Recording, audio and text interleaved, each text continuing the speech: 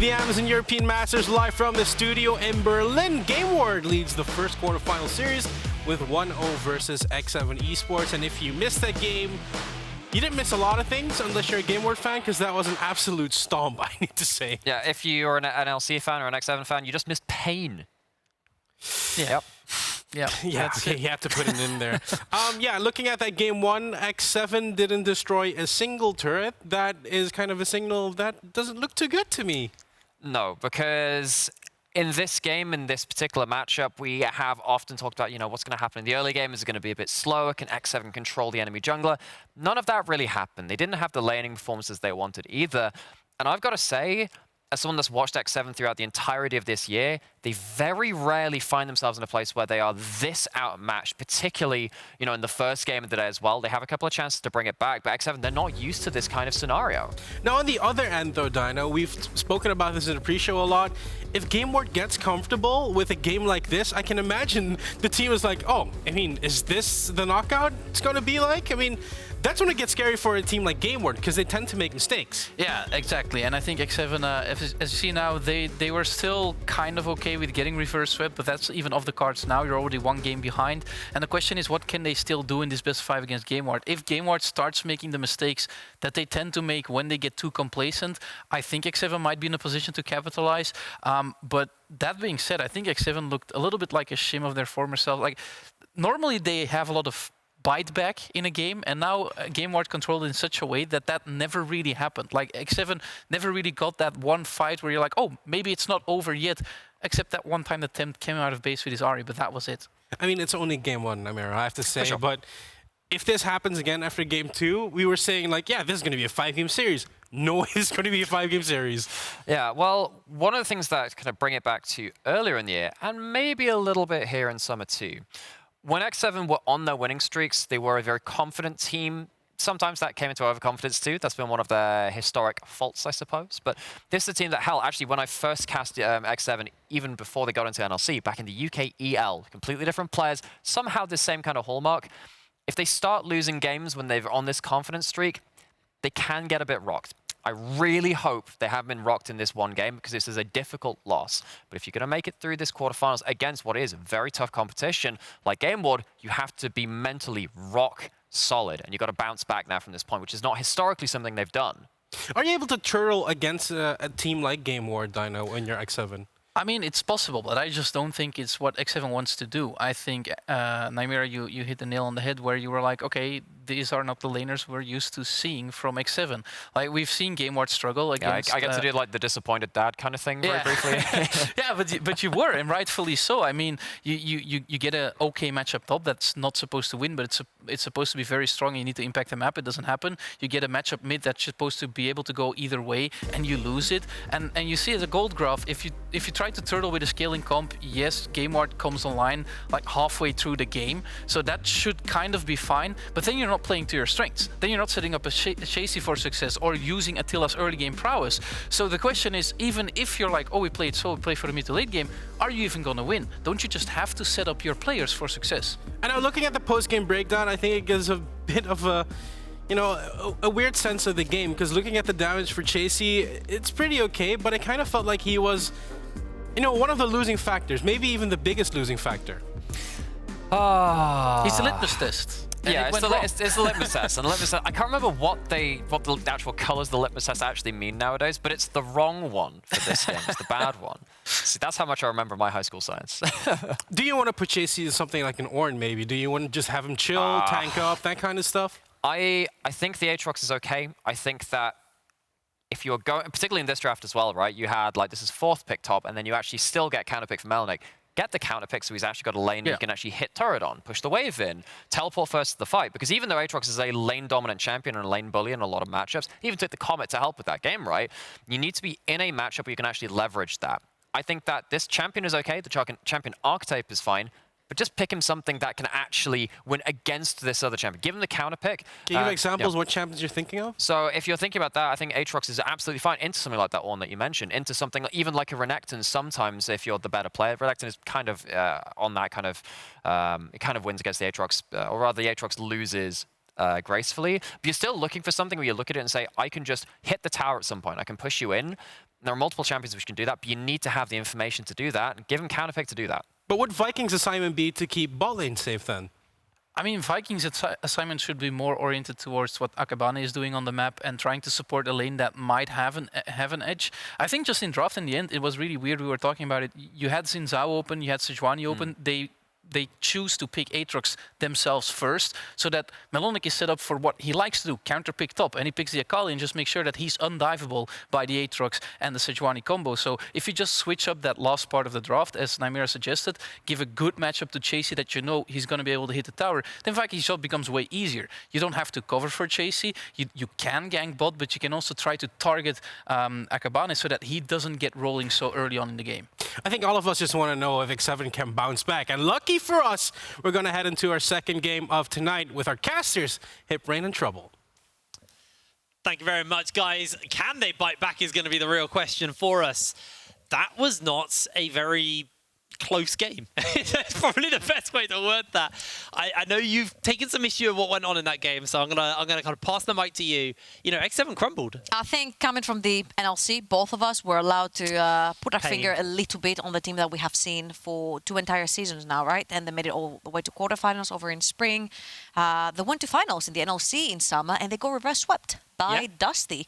And that was due to the fact that they did crumble. They didn't respect side lanes, and your strongest asset if you're X7 right now are your solo lanes, Tempt and Chasy. You can say whatever you want for later on stages of the game, but the laning phase was something that X7 has always been giga proud of. These guys were always at least 1,000 gold up over any other laner in the NOC, and they were your pride and joy of your early game, right? When you have these rocks, when you have these walls in mid and top, that means that Viking can make sure that you either shadow these two, gank for these two, or play towards the top side of the map if they're feeling fine. But I think for Tempt to actually get solo killed in a matchup that he's very familiar with, because he plays the Swain and he plays against the Swain and he plays the Ahri, he plays against the Ahri, it's kind of unacceptable. So right here, the Swain is going to be banned away. I think that's fine, but all these AD carries are open. The Caitlyn that was banned before from the side of GameWard has been left open. The Yuumis, the Lulus, everything is up for grabs. But the Ahri is going to go again to the hands of Tempt, which says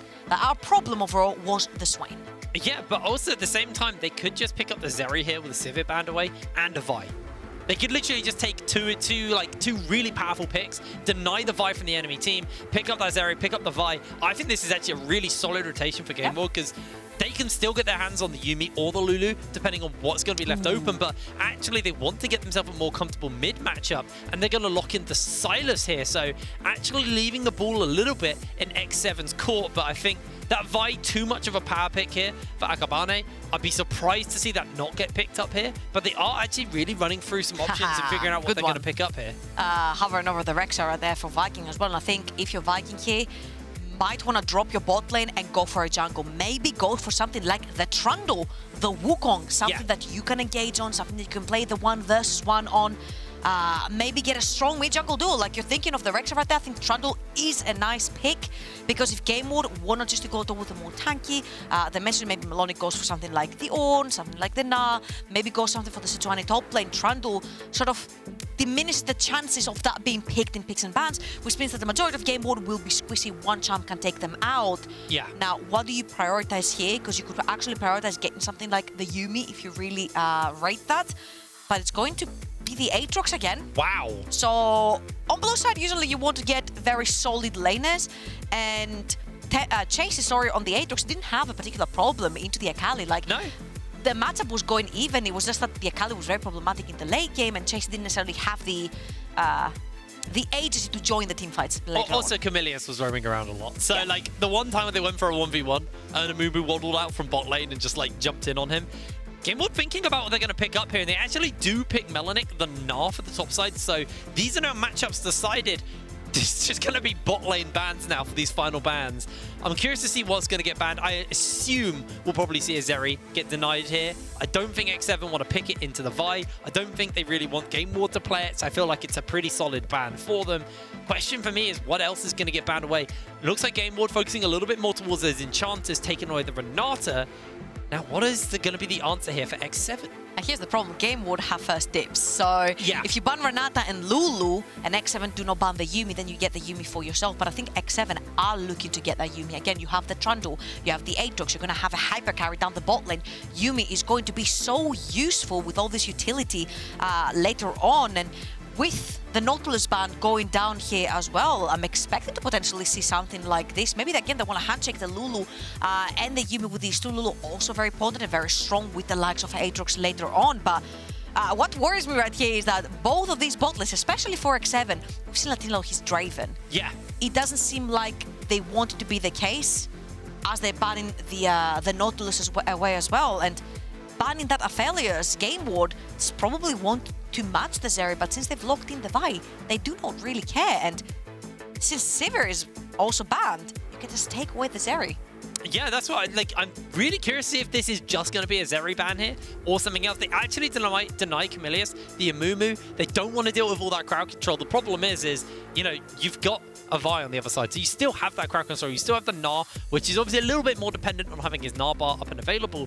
GameWard now, over to them. What do you think they're going to be picking up here? They actually go for the Seraphine bot lane. That could very well be a Seraphine Senna kind of bot lane, something that G2 do a lot. It's very undivable, it's very obnoxious to play against, but if you stick something maybe like the Draven and you run it down in the early game, then maybe you can get something going on the map, get that Ahri roaming towards the bottom map, get the Trundle. Seraphine very immobile. One pillar is all it takes to get that flash away, but Attila might be resorting back to his good old favorites, the Zeri, which he had a massive win rate with over in the NOC, and the Yuumi, of course, to support that with from Kasing. And again, Yuumi is really strong on the Ahri, on the Trundle, on the Aatrox. All of these three champions plus the Zeri, pretty immortal if you stick a Yuumi on them.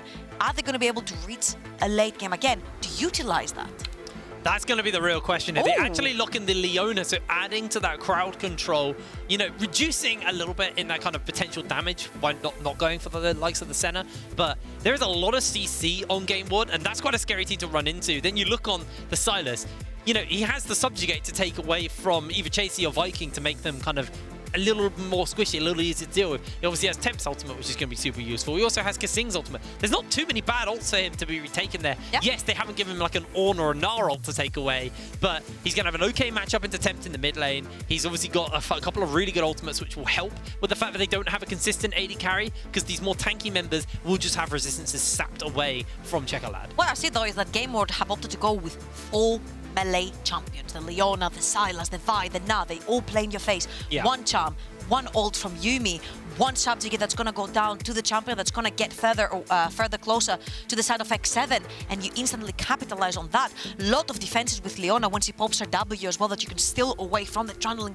and get him to become mega tanky. So I think it's like, if GameWard oversteps or missteps rather and makes a mistake, they're going to be very heavily punishable, because playing a full melee comp is really difficult to execute. Yeah, it's going to be a much harder draft for them to kind of play out, and I think that's what the difference in the last game was. I think, you know, X7's comp did one thing, and I wouldn't say it was hard to execute on, but it was easy to punish. And especially with the team that GameWard put together, there was a lot of crowd control there. This time around, I think it's actually the other way around. I think X7 have a couple of ways they can play this game. They have a lot of ways they can punish GameWard in this game. So if GameWard are going to win this game, they have to play this very, very, just very well as well. We are on to the Rift for our second game of the day. Obviously, X7 did lose that previous game versus GameWard, and it was a very one-sided affair, Trouble. Yeah, and I think X7 know what went wrong, right? It says, fool me once, shame on you, fool me twice, sorry, shame on me. And Attila onto the Twitch right there, had one chance and one chance only, and that was to try and get a pick in the mid lane and make it a full versus 5 in favor of the set of X7, and they saw the same play from the side of GameWard over and over and over again, so they knew if you charge up your Q in the mid lane when you don't see anyone from X7, there's a guaranteed rat that's going to be around, and you can shut them down, and that was actually the case. Now, right here, of course, we're talking about it's much more difficult to execute on a full melee comp from the side of GameWard, fair enough. But when you do have that Seraphine later on to get the shielding and the healing and all this utility that he can give to a comp, especially with the roots as well, keeping someone in place, is going to be so much easier for a full melee comp to actually function in a team fight. Of course, getting that Seraphine there is going to take a while as well, but so will for the Zeri. And this is why this is head-scratcher for me, because again, Attila and Kasing have played the Draven lanes before. Attila has been very dominant with the champion, but yet again, they were not willing to play for that early game prowess, if you will. Well, as expected, early it's been a little bit calmer, but we are seeing Viking actually being slightly proactive here with the fact that he's got a more powerful bot side going for the invade, but GW are aware of that and they are roaming Kamilius and Innaxe up. Gonna take away this blue buff, and there's just gonna be a map split here. Akabane gonna quite happily go into the blue side on the other side of the map, and let's take away a couple of camps and deny, but looks like Viking actually will be pathing over there just at the blue buff, so Akabane has to be quite careful not to get himself caught out here by the Trundle on the move. Yeah, and honestly, I think if Viking wanted to, he could stay on that bot quadrant of Akabane's jungle. You've got Perma-Prior in the mid lane with Ahri, you've got Perma-Prior with Attila and Kasing in the bot lane. You could have taken the entire quadrant. I think right here, Akabane is going to steal the Gromp. They're going to ping away the blue. And as you can see right now, Viking is heading towards it. Level 2 only on the Trundle, as he's not been able to get that level 3 yet. But your top lane is not having any prior, so that means Melonik is going to be the first one to move. But on the other side, Tempt might make the move first, but they can't leave Viking out. He's like, yeah, just deal with it. You've got smite. Gonna be the smite off here as he's chasing Akabane out of the jungle. He's gonna be able to hit it. Got that level 3 now for himself as Akabane. Gonna be able to pick up the crab for himself and just deny that one away as Viking is just chasing Akabane into his jungle. He knew he had pressure in that mid lane, but for now, looks like that early aggression, that early advantage is going to just be given over as Attila, able to avoid the beat drop by jumping over the wall, as you expect from the likes of a Zeri. It's kind of what this champion does, but is down in levels at the moment. Obviously, there's a large wave pushing into him, and it's going to be on the side of GameWard to maybe make something happen. But I think it's just going to be a chiller start, as we expect from these two teams. Yeah, and right here also Akabane has his entire bot quadrant except that blue buff to clear. He's got the Scuttle Crab as well, unless Viking hovers towards that bot side of the map to try and get it, which is going to be the case. Akabane is going to back, which means that for a few seconds he's going to be more powerful on the map, especially since he's gone back to buy items. So expecting some long swords. There you go, 2 long swords already purchased for the side of Akabane. So he will be looking to take that fight over to Viking if he does find him in the jungle, since Viking hasn't had his first reset yet. But talking about reset, the first resets are happening from the bot lane, and especially when there's a Yuumi on the map, you need to be very respectful and aware that the enemy support will roam first. Kamilius walked a little bit further up, got caught from vision from the Scuttle Crab, of course, that Viking did manage to secure, and now he's going to be back in. So for the next few seconds, for the next 30 seconds, Tempt is going to have to be extremely respectful towards a roam possibly coming in from Kamilius, because the same thing happened exactly in game number 1, and very nice from Chasy right there. Really clean, actually. Melonik now down on that flash. And Chasy with the Deathbringer stance, just the sustain built into the Aatrox, is feeling fairly comfortable. Melonik about to Gnar out though, so going to be a little bit harder for Chasy to find that 1v1 any further in. But for now, Viking has a kitty cat, and he's actually moving towards the top side of the map, / mid, but not actually going to get himself into too much here. Tempt gets himself caught. Czekolad has to flash over the pillar away from X7. Nothing really lost either side here, as a play was attempted, but everybody brought their support and their jungle into the mid. And it's expected, of course. We mentioned how Kamilius does have that freedom, if you will, to roam wherever he wants, because Seraphine is a pretty safe champion and you're not necessarily going to die to a Zeri down the bot lane. So right here, GameWard are going to play towards that bot side of the map. They know that the Yuumi is just going back to lane, so they're going to use the numbers advantage towards that bot side river to try and take that first dragon off the game. And Viking still has not backed 6 minutes into the game. They're actually pinging him onto the Gromp. Now he has backed, he's got Shin, he's got extra HP. But that dragon is completely gone. Yeah, well, a lot of pressure kind of built up from that bot side towards the mid. And this is what we wanted to see. We really wanted to see the bot lane action. They decide who gets those kind of early objectives. It's something we've seen time and time again from both of these teams. But as you can see, Innaxe and Attila we've got some stats for you on how they've kind of been playing. And I think the big thing is X7, a lot of first blood percentage, but for now, they're getting themselves caught out. And Attila going to instantly flash and cleanse away. I've forgotten how to speak as kamilius going low, but not going down. And I think Kasing was also caught in the way while he was trying to take the frontline damage. Detach, reattach, get that passive shield from the Yuumi as well. I think he got caught in CC right there, so he couldn't reattach. Almost ends up losing his life. Still had the heal available, but that is one flash from Akabane going down for 2 summoners over on Attila. And this is very important because Attila is running the cleanse and the flash, and kamilius is almost level 6. If he does manage to hit that ultimate onto Attila, they could potentially go all in next time Akabane is towards the bot lane. Yeah, absolutely. As but now mid is still very Tempt favored. Tempt is absolutely dominating this matchup, but not going to be able to find himself a kill at all here. But it's again a very relaxed start for both of these teams, and this is what we expect out of them. They're both 2 teams who lean heavily on team fighting. And yes, the meta is very bot lane centric. Yes, the meta is a lot of early aggression, a lot of later aggression into team fights with more relaxed starts to the games. But I think these 2 teams are 2 teams who heavily lean into that and heavily, like, it just suits them. It's their play style. So we are expecting, you know, less high-tempo early games into explosive team fights in that kind of mid to late game phase. Absolutely. I think the styles don't clash right here. They're actually pretty similar from the sort of X7 and GameWard. From the side of GameWard, they're actually a team that likes to play very slow through objectives. Talking about very slow and through objectives, X7 have 4 members towards the top side of the map, whilst GameWard are bringing 5, but they brought these 5 pretty late, so X7 might get out with murder here, getting that Rift Herald, allowing Attila to stay bot lane and farm while they had to rotate their entire team towards the top side of the map for a Rift Herald that actually went to the sort of Viking.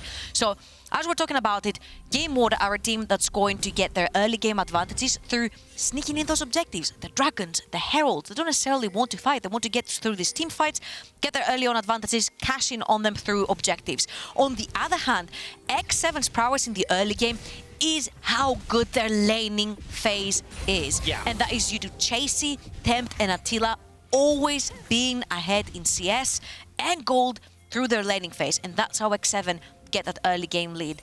Now, when it comes to late game, they're just both like to get there just to team fight. You can see the compositions as well. On one, you have a Seraphine. On the other side, you have a Zeri. Really nice taunt. Czekolad's been caught, has to blow the ultimate. Tempt still holding his for now. Kasing comes in and heals him up. Czekolad gets half his health taken away from him. X7 got that Rift Herald on Viking. The question is where are they going to use that? Because last time they got that first Herald, they placed it down. It didn't get a charge. It was destroyed by the quick rotation from GameWard. This time, Akabane on that top side of the map, he's struggling to potentially contest his Rift Herald, but he's moving up towards the top side, and Chasy might find himself in a bit of trouble here. Has the World Ender, actually just turns a little bit onto Melonik, a bit of damage, but immediately they're just going to chain CC onto Chasy as he's pulled in by the ultimate. Chasy's sustaining as much as possible, but he can't live forever. First blood to Melonik. Really good stuff right there. We said shut down X7 in the laning phase. That's what they're really good at. What does Akabane do? He goes towards the top side of the map, capitalizes onto Chasy, overextending. I mean, he literally just died almost under enemy tower right there. On the other hand, luckily for X7, Tempt has been having a much better time in this matchup in the mid lane. The Ahri into the Sylas, of course, melee versus ranged. E7, you're a little bit better in the early game to bully your opponent, but again, Chasy, he's already shoved in that wave underneath enemy tower. You don't have to be there. You do not know where enemy jungler is. And I think this has been one of the issues that we've had with Chasy over in the NOC as well. The fact that he's not necessarily too respectful of turns, if you will, on when the jungler could be towards the top side of the map. He's been getting caught very often. Oh no. Czekolad now. Tempt is in trouble. There is no ult available to Akabane, so Tempt able to avoid that and get himself a bit of damage off with the charm. Again though, Viking, he's always kind of around the map, but not really there making the plays. And right now with that Herald in his pocket, he wants to make a play. He wants to enable his team to put the Herald down. And I think with the chunk onto Czekolad, they may actually just decide to try and throw the Herald down in the mid lane. But TP's coming out from Czekolad, and he's just going to go for the reset instead. I think the better play would be actually giving that money to Attila's Zeri. Yeah, 100%. And try to get that Zeri accelerated into the late game as much as possible. Right here, also picking up that Dragon is going to help them a lot. Innaxe, though, he does have teleport to come into this fight if they want to play, and Tempt. Oh no, Tempt is CC down. Akabane able to find the kill. Dragon's going low. Can they get the snare down? The final chapter's going to be enough, and Viking just flashes over the wall. They lose their mid, but they do gain the dragon for themselves, and that's a pretty nice one when you got the Zeri. You had to use an ult, a flash, and a mid laner for a dragon, which is your first one. I don't think that's worth it. No. Tempt is going to lose so much golden experience in the mid lane. He's going to give away one turret plating to Czekolad as well. And he doesn't have teleport to get back into this mid lane, so it could be even 2 turret platings. Viking is looking towards a bot lane. He's going to pop the Rift Herald, but Akabane is around. Yeah, they're just going to try and zone him away, make sure this Herald gets in range to actually get the charge off, but immediately all of the CC onto Attila, but he's able to jump over the wall. Viking now gets the kitty cat on him, but the CC is too much. They're going to get Kasing back onto Attila as the charge does go down, and now they're running through these members slowly but surely, chipping away at the health bars, able to dodge away on the Zenith blade as Attila able to keep himself alive. Didn't get the plate gold from the charge. That gold only went to Viking though. Yeah, I didn't think so. They couldn't get close enough actually to get that gold over to Attila. So again, X7 are trying to reach for the plays, but GameWard are just reading them all too well. They knew that this Rift Herald was gonna go down in that bot lane. It's always in that bot lane. Give that man to Attila, get his Zeri to be very strong. Shield ball already completed. You need a second, a third item for that Zeri to start coming online, especially when you have a Yuumi attached to it as well. And right now, it's not the worst of early games, but if you look over in the top lane where we said Chasy is usually ahead, 500 gold over to Melonik as a gold lead. In the jungle, 800 gold over to Akabane, who's again taking over the map. 100% kill participation onto this fight. Yeah. He goes towards that top lane, he shuts down Chasy, he goes towards that bot lane when he knows Rift Herald is going to be popped. He shuts down Viking as well. Doesn't allow any money to go over to Attila Zeri. So I think Akabane has been making circles around Viking this entire series so far. He really has, and actually keep in mind that gold lead includes the fact that Viking just got 2 plates all to himself, thanks to the charge and the Herald. So that shows how far ahead Akabane is right now over Viking, and Viking, he needs to figure out what's going wrong for him in this series, because he is struggling at the moment versus Akabane on the Vi, and now got that Chemtech chainsaw. They have got the Divine Sunderer onto Viking, as they're actually looking to make some plays onto Attila. Attila will see them coming. He does have the flash. He's going to hold it for a little bit longer, able to flash away in time and hold his life as they get the lockdown down. They get a little bit of damage as well in return. And that's going to be a Summoner Smell now burn on Attila, which is going to leave him very exposed to a future gank. That was one ultimate from Leona versus one flash from Attila and Kasing's favorite chapter on the Yuumi. So, final. No, but she screams, "This is my favorite chapter!" Oh, is that what she screams? Yeah. Oh, I've never played her. But Viking, that is not your river. That's 5 members of GameWard. I think that might not even be his jungle, as Czekolad will jump in with the Spirit Rush and is able to steal away the kills. Tempt's looking for a good jump. The charm's not going to quite connect from Innaxe on the Encore. As here comes Chasy into the middle of a whole bunch of members. He's almost got himself the kill. Tempt jumps over. Chasy's able to find the kill in a 1-for-1 in the extended trade. They've still got Viking coming up in a few more seconds. Attila is able to steal the Herald for his team. He has done it. It's denied from the side of GameWard. And Attila, he's still feeling it. He's still vibing the fight, able to dodge away. The charm goes wide. The Zenith blade will be able to connect as Kamilius is going to run down Tempt. Kasing re-jumps on to his AD carry. And X7 should just be able to get away from this one. X7 just about hold firm. That would have been a whole different fight if Attila had flash and if Kasing hadn't burned his ultimate down bot lane over that gank, because then you would have such huge tools to try and engage over 4 members of GameWard who were just literally pinched over the ramp between River and that top side quadrant of Akabane's jungle. But again, Viking here, I think this is a big mistake. You do not have any teammates, you do not have any control of the river. There's 5 members of GameWard running you down and you're all alone. Your top lane is not even in the top lane, you have to TP in mid lane. But again, you see how strong it is for X7 to teamfight when all the members of GameWard are melees. Because if they do bunch up in that small choke point, that means that Aatrox gets so many sweet spots with that Q3 that you can actually get the reset. And right there, he got the reset, but it was just as about he was dying. Later on fights, if Aatrox does get the reset and he gets that HP back, it's going to be really problematic for GameWard to take them out, because Attila was actually playing with GameWard right there. He was walking into their face, he was putting the damage down. Again, 1 Yuumi ult and 1 flash would probably be all it take for Attila to possibly get another kill there. But all in all, the most important thing is that the Rift Herald, which GameWard went for, got stolen away. But GameWard ran away with kills. Oh, Czekolad absolutely slamming Tempt in that fight there as Melonik will pick up the first tower of the game in the top side. So tell this game's going at a fairly low tempo when first tower is at 16 minutes. Well, almost 17 minutes to be fair as well. So bit of gold injection there into Melonik, able to pick that up and actually chipping away at this next tower as GameWard are starting up the Cloud Drake. There's no response from the side of X7, and I think that's almost been the story of this series, is Attila is top lane. You are right, Melonik jumping away, but they've got the final chapter. They've got the lockdown. Melonik is trying to find the kill onto Attila, but the shield bow will keep him alive and shut down over to the side of Chasy. Dragon in return for the side of GameWard. That was way too close for comfort. That's an Eclipse, Shield Bow, Aatrox, and Zeri together with a Yuumi. The exhaust has to go down, the cleanse has to be used, and Tempt has been caught. He has been caught, the CC's on, he's jumping away, he's charging out, but he's unable to do so. Viking, a little bit too slow to the play, and Tempt just too far up. His whole team's top side. He shouldn't have been playing bot side at all.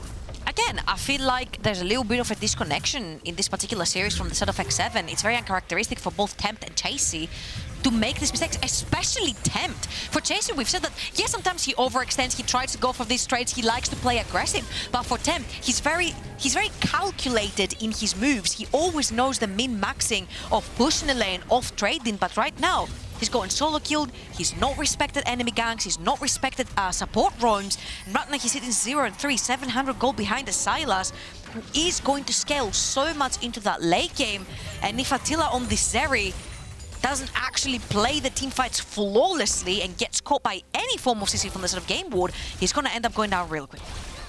Yeah, completely right there. The story of this series is X7 just not understanding the map versus what GameWard are doing. GameWard just seem to have such a grip on the map, even in a game where we were like, oh, they've got 4 melees, they're at a disadvantage because of that. It's a lot harder for them to kind of play out their conditions, but they're still controlling the map. They're still controlling all of the tempo of this game, and X7 are just a beat behind. Yes, we've seen some signs of life from them. That might just be a bit of the comps coming in, but then again, there is still, as we move into the later stages of the game, Zeri's going to be scaling. You've got the Yuumi as well. Aatrox Yuumi late game, going to be really scary. Trundle Yuumi as well late game, very scary to deal with. So as this game does go later, X7, I expect to see some more life from them, and they're only down 3,000 gold. It's not a small amount of gold to be down, but that gold lead is spread out. It's spread out across everybody. You know, there's 700 in the bot lane in the AD carry, 800 mid, 900 top jungle, 1,100 top lane. Like, the gold lead is very spread out, so it's not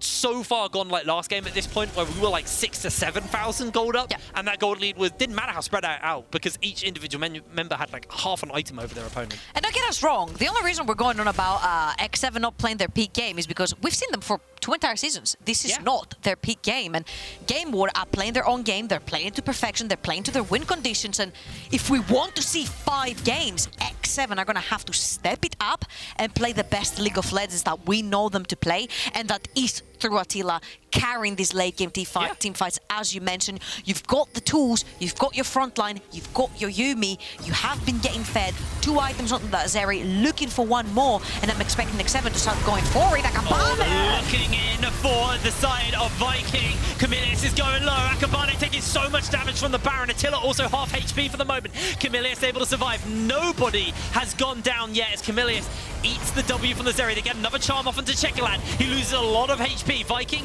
caught for the moment as Akabane pinned him by the pillar. Viking's going low, healed up by the Yuumi. And somehow X7 are holding this fight together. Melonik flashes forwards and down they go. 1 by 1. X7 are crumbling to GameWard. Tempt is chasing down. Czekolad finds a double kill as 3 members of X7 fall. GameWard are having the fight of their lives. They have 4 melee members and 1 Seraphine.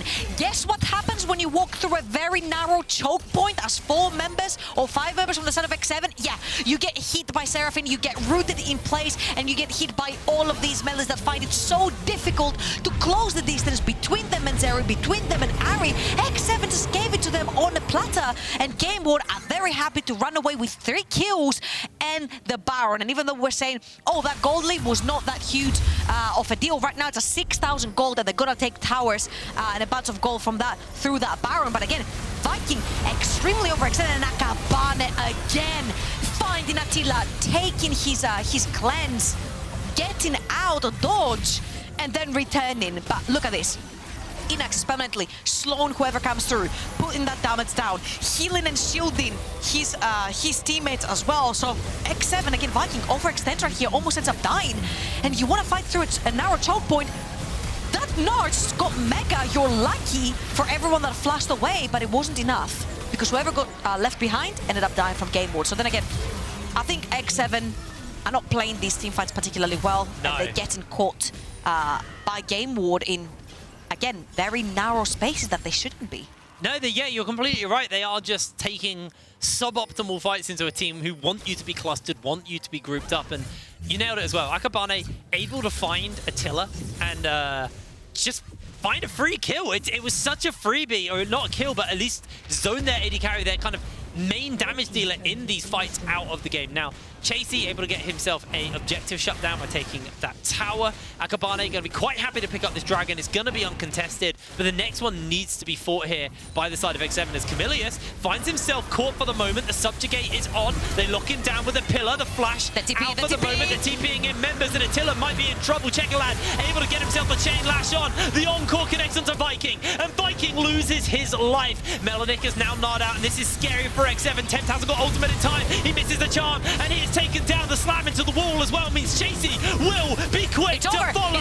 GameWard have done it. They've taken 3 members out. They have Baron, and the death timers are just way too long for X7 to hold fast here. Tower number 1 will be going down. The inhibitor will be left exposed. Can X7 hold on? 10 seconds, 9 seconds still Viking. They've still got a little bit of a wave. It's being chipped away. Attila pops the ultimate. He's caught out by the beat drop and the Everfrost. All the CC's on. Attila jumps over the wall to get away. The first tower's down. Viking's up, but he's being slowed. The minions are slowly diminishing away, and X7 are able to hold fast for just a little bit longer as GW are just getting out. They're happy with what they got there, and they're out. Oh, the TP's being pulled in. Tempt is TPing back in. No way, Tempt, are you doing this? Tempt, why are you doing this? He has to ult away. That's 1, that's 2 charges used. He's able to hold it for the moment, and X7 are not done. They are hunting in for members. The pillar is catching them out, but look at the encore. Look at the solar flare. Look